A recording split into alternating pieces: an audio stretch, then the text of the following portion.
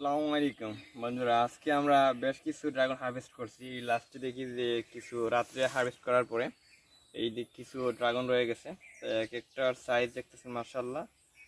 আর এটা হচ্ছে খুবই স্পেশাল একটা ভ্যারাইটি। ঠিক আছে, আমরা এগুলা নিয়ে নিব। খুবই অসাধারণ আসলে।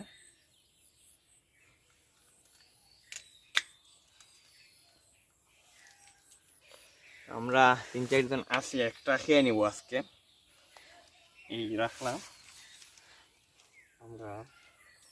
একটা তো খাইতে হয়, যেহেতু এই প্রথম হারভেস্ট করতেছি বাগানে। আর আমাদের আগে হারভেস্ট করে নিছে আমাদের পাখিগুলা, চূড়ান্ত লেভেলের ক্ষতি করতেছে পাখিগুলা, যা বলে বোঝাতে পারবো না।